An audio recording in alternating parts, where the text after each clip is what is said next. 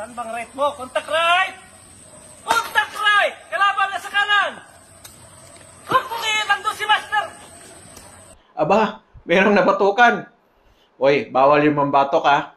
Anyway, ipapakita ko sa inyo at ipaliwanag ko sa inyo ano yung tinatawag na jungle lane na kasama sa individual training ng mga sundalo na Philippine Army.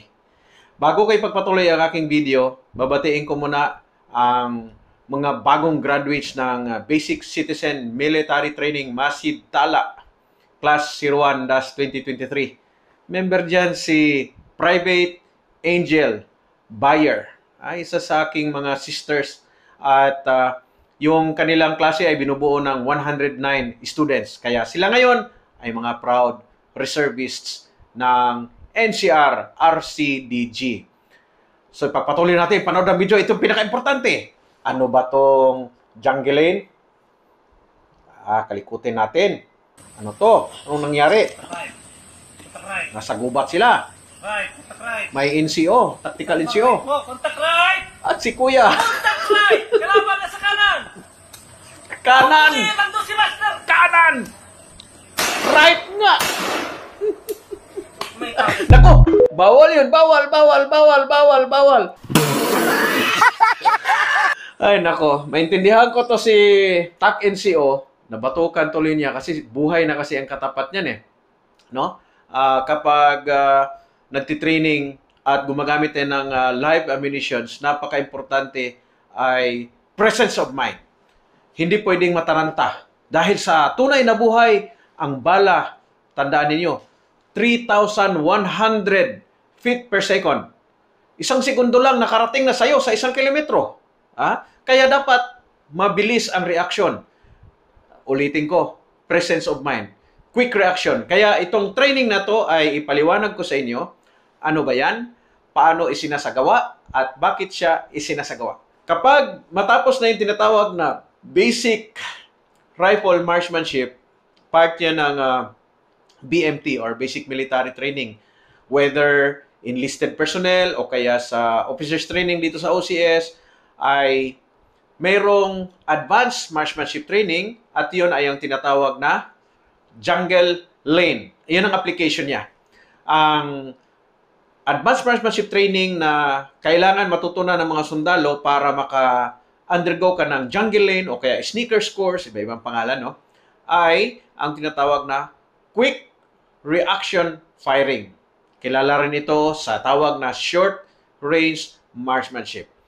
Nagagamit ito para sa close quarter combat. Kapag pumapasok tayo ng kwarto, ang mga kalaban ay within the distance of 5 to 15 meters, no? At gagamitin natin ang ating skill sa marksmanship na makapagpaputok tayo accurately in the fastest manner possible. Dahil ang kasabihan diyan, dominate or die. Pwedeng, kung hindi mo ma-dominate kahaban mo, you will die. So, bilang paghanda sa mga sundalo para diyan sa tinatawag na jungle lane o kaya sa close quarter combat, tandaan nyo ba yung tinatawag na CQB sa Marawi? Mag-clear ka ng mga buildings, dadaan ka sa mga tunnels, at tutulay ka papunta sa kabilang mga buildings na kung saan ay may mga kalaban, kailangan mo ang skills na ganito. Okay? So, dito sa Officer Candidate School, isa yan sa emphasis na aking binibigyan ng halaga, kaya itinatag namin yung tinatawag na Combat Marksmanship Training Area or ang aming Combat Marksmanship Firing Range. At doon sa lugar na yon ay ginamitan namin ng indigenous innovation lang, indigenous techniques ng pag-establish ng advanced technology sa marksmanship na kung saan ay automated ang mga target. Mayroon kaming pop-up target na kagaya nito na tumatayo bigla sa iyong harapan, short exposure, tinatawag din na fleeting targets. Meron din kaming moving target, nag-move either right or left, kagaya nito sa larawan.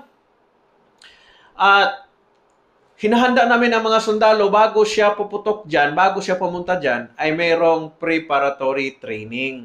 Ang unang technique na ginagamit ay tinatawag na pointed fire. Sa pointed fire, ang ginagamit mo lang ay ang front sight na kung saan parang itinuturo mo lang. Dahil yung kamay mo itinuturo mo lang papunta sa target. At ang titingnan mo lang bilang shooter sa iyong perspective ay ang front sight. Pangalawa, aim fire. Ang aim fire ay ginagamitan naman ng rear sight at saka front sight. Sisilipin mo siya. Kaya normally, ginagamitan mo ng CQB sights. Mas malaki ang butas. Yung naka-L mark ang iyong barrel. Nang sa gayon ay mas madali mong masilip ang iyong target. Ang pangatlong technique ay ang tinatawag na instinctive fire.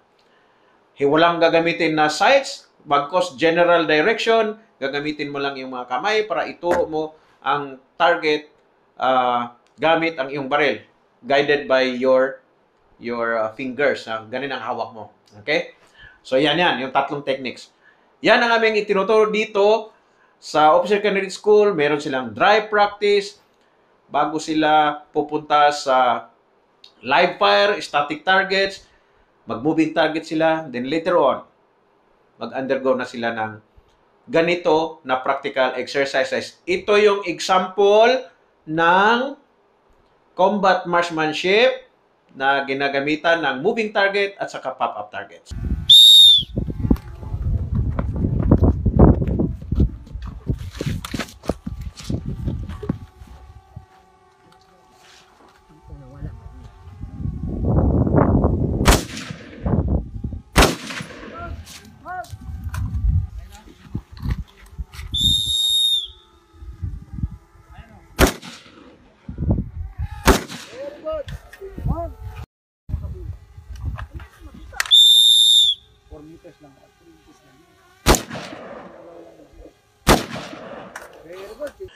Ito naman ang example ng advanced marksmanship training na ang application ay ang jungle lane or sneaker course na kagaya ng ginagawa ng sundalo dito sa ating video. Ito yung sa OCS.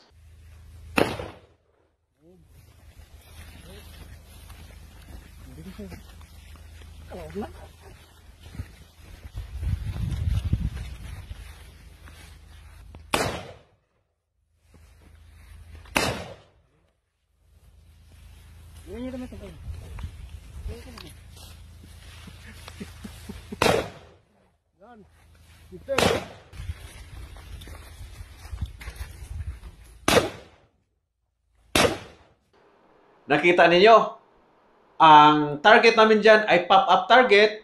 Hinihila lang namin ng lubid. Bigla na lang may mag-appear sa harapan mo. So, hindi kami magkukuman ng contact right at contact left. Bagkos ay ginagamitan lamang ng instincts, no? So, dapat both eyes open.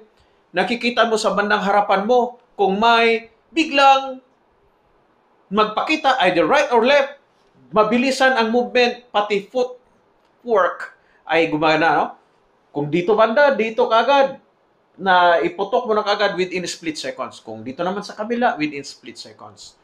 So, yan ang kahalagahan ng training na yan. And para sa akin, bilang komandante sa Officer Candidate School, talagang binigyan ko ng emphasis. Kasi gusto ko marami sa aking mga tropa ang makasurvive sa real-world combat na kung saan ay nagkakabarilan sa close quarters, no? And isa sa trend ng warfare ngayon ay ang tinatawag na military operations in urban terrain o yung urban warfare na kung saan ay kwarto sa kwarto, building sa building, ganyang kalapit ang mga labanan at nakikita natin yan minsan sa Ukraine, ibang mga scenario sa Ukraine, meron din sa Israeli-Gaza conflict, Israel at saka Gaza. At yan ang talagang dahilan kung bakit kaming mga trainers ng mga sundalo ay binigyan namin to ng emphasis sa aming training para ang aming mga tropa ay maging bihasa, handa na ipagtanggol ang ating mga mayan laban sa kahit sinong puwersa na gumagamit ng karahasan. I hope na intindihan niyo ang video. Uulitin ko lamang.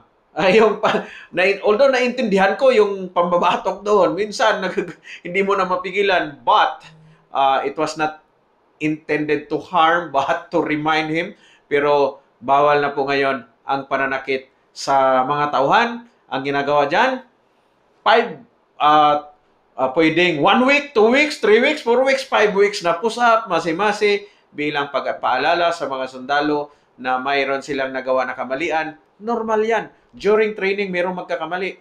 Authorize kang magkamali, basta hindi nakakamatay na pagkakamali. Dahil pag sa tunay na deployment, dapat more or less wala ka ng mali. Instincts mo na lang yung gumagana sa iyo.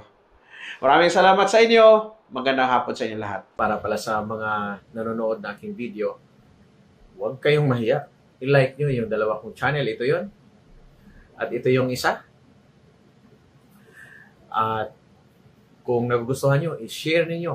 No? I-share ninyo, i-subscribe ninyo, at makipagtalakayan kayo sa comment section. Maraming salamat.